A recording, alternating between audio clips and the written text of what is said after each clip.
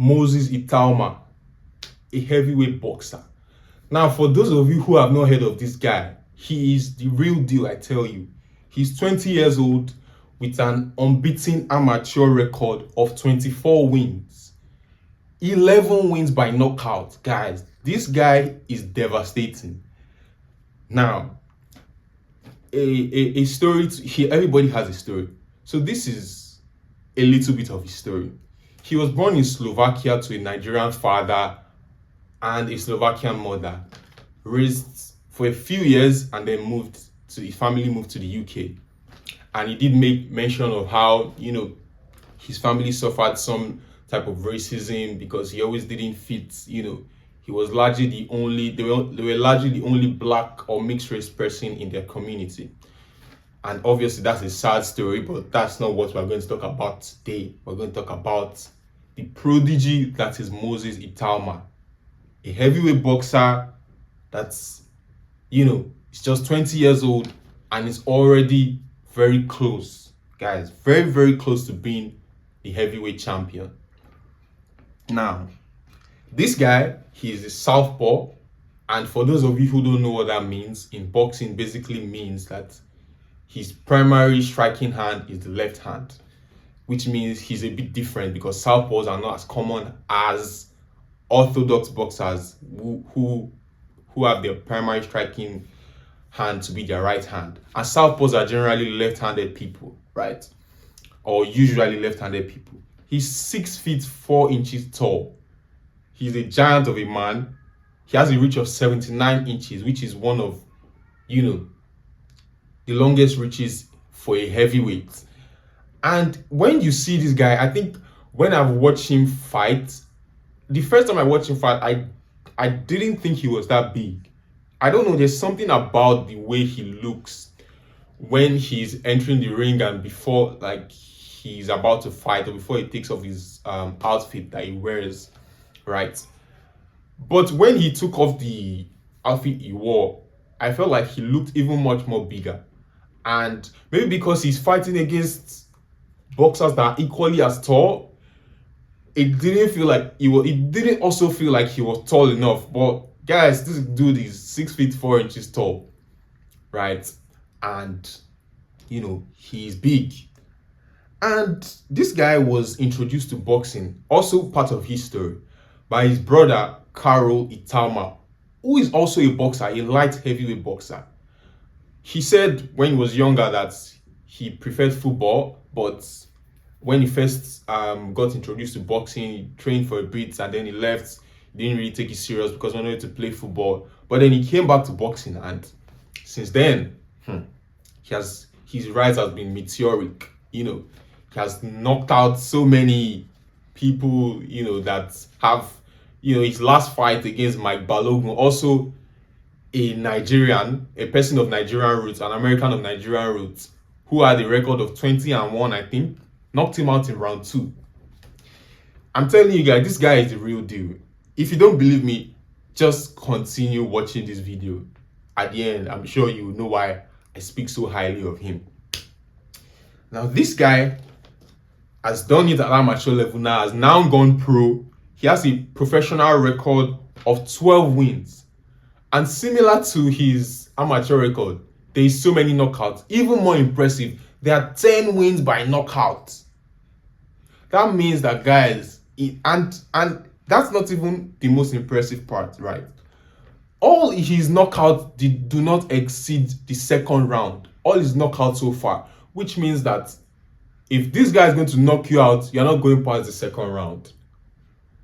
Guys, when I watch this guy fight, he seems like he doesn't fight like a heavyweight. I mean, this is because he's still very young, because the average age for a heavyweight, except if you're Mike Tyson, who was the youngest heavyweight boxer in history, the average age for a heavyweight to hit this level of perfection, right, or to be this good, is not 20 years old.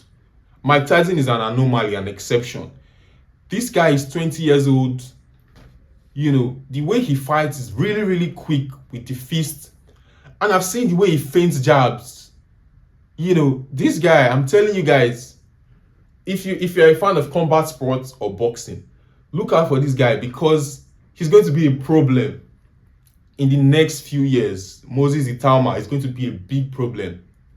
You know, there is something that the commentator said, one of the commentators during his fight said he moves like a middleweight and he punches like a heavyweight. Now, if you watch combat sports well, you know exactly what that means. Middleweights obviously are not as heavy as heavyweight. They're not as big as heavyweight. So they are obviously more faster. If you watch middleweight boxing or combat sports, you know that in middleweight there's more punches and the punches are thrown much more faster. In heavyweight, they rely more on power. But this guy has everything. He has the power, he has the smartness, knows how to feint, and when to dodge, and when to clinch, and when to go all in, and when to even go for the knockouts, as at this time. Currently, once he senses a knockout, he's going for it because he knows he's going to knock the fighter out. I mean, over time, maybe as time goes on, you face more elite fighters, but as of now, he's not scared to go for the knockout. He knows when to go for the knockout. And he's so quick. When I watched a couple of fights that he has been involved in, I tend to not see the strike that knocks out the opponent. I have to watch it on replay, on slow-mo. That's how fast he is with his striking. Like, he has power and, he's really fast with his hands. And guys, I'm telling you, right, this guy is so good that apparently the heavyweights in the division are docking him. He has trained with some of the best. Lawrence Okoli, one person that is also a big name in British boxing at the moment. Interestingly, he has also sparred with the boxing heavyweight great Tyson Fury, the former champion. So this guy knows he's not just good, and he's also signed to Frank Warren's promotion. Frank Warren, a big name promoter in British boxing and world boxing generally. So he's really good. He's connected to the right people, and he has trained with the best of the best. So much so that there is some story, or maybe it's a rumor, that the elites in the heavyweight category are docking him. They're scared of this guy because he's the new kid on the block that nobody wants to fight. Especially if you're already an established fighter, you kind of feel like, what's in it for me? He can't get me enough money that maybe fighting a Tyson Fury and Tony Joshua will get me. Only for me to get knocked out, possibly in the third round, and be such a stain on my record. So the heavyweight fighters are docking Moses Itauma, guys. Anyways, he's due to fight on the 16th of August. His next fight against Dillian Whyte, who is also a big name in British boxing, heavyweight, who has fought the likes of Anthony Joshua and I think Joseph Parker and a lot of other big names. And this is his biggest fight till date. Dillian Whyte, who is towards the end of his career, I think in his late 30s, if I'm correct. And you have a Moses Itauma, who is just 20 years old with devastating knockout power. Guys, I'm scared for Dillian Whyte in this fight because I've seen Dillian Whyte suffer devastating knockouts before. And the only thing that could be worse than what I've seen is fighting a Moses Itauma who has that power and who has the pace. I think it will be a early night for Dillian Whyte. I think he will go home early in that fight because Moses Itauma is the next in line. This guy, guys, you've seen me talk about Oleksandr Usyk in one of my last videos. But I'm telling you, Moses Itauma is an upgraded version of Oleksandr Usyk. This guy feints the jabs so quick and so smart, knows when to go for the knockout, has devastating knockout power, and the knockouts are so quick, the fighters don't even see it coming. This guy, I tell you guys, is going to be the next big thing from heavyweight boxing. Note the name, Moses Itauma. A Nigerian, Slovakian, British, whatever, born in Slovakia to a Nigerian father and a Slovakian mother, spent most of his life in the UK. So he has multiple nationalities.